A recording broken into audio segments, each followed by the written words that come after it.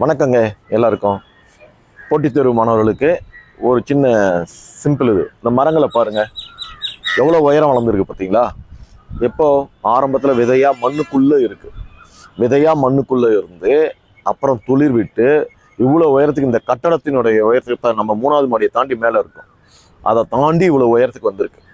அப்படின்னா இது எத்தனை பருவகாலங்களை சந்திச்சிருக்கோம், எத்தனை இடர்பாடுகளை சந்திச்சிருக்கோம், எத்தனை புயல், எத்தனை மழை வெள்ளம், எத்தனை தடவை வறட்சி, எத்தனை இடர்பாடுகளையும் தாங்கி அதுக்கு பிறகு போராடி இவ்வளோ உயரத்துக்கு வந்திருக்கு.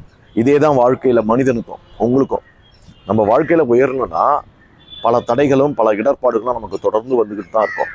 எல்லாத்தையும் கடந்து வரும்பொழுது தான் இந்த அளவுக்கு நம்மளும் உயர்ந்து நிற்க முடியும் வாழ்க்கையில். அப்படின்றத உணர்றதுக்கு இந்த ஒரு உதாரணம் போதும். ஆக எப்படி மரங்கள் நமக்கு வரங்களோ அது போல் வேலை என்பதும் நமக்கு ஒரு வரம். அந்த வரத்தை பெறணும்னா நம்ம சில தவங்கள் இருந்துதான் ஆகணும். வேலை என்ற வரம் பெற தவங்கள் மேற்கொள்ளுங்கள், வேலையை பெறுங்கள். தேங்க்யூ.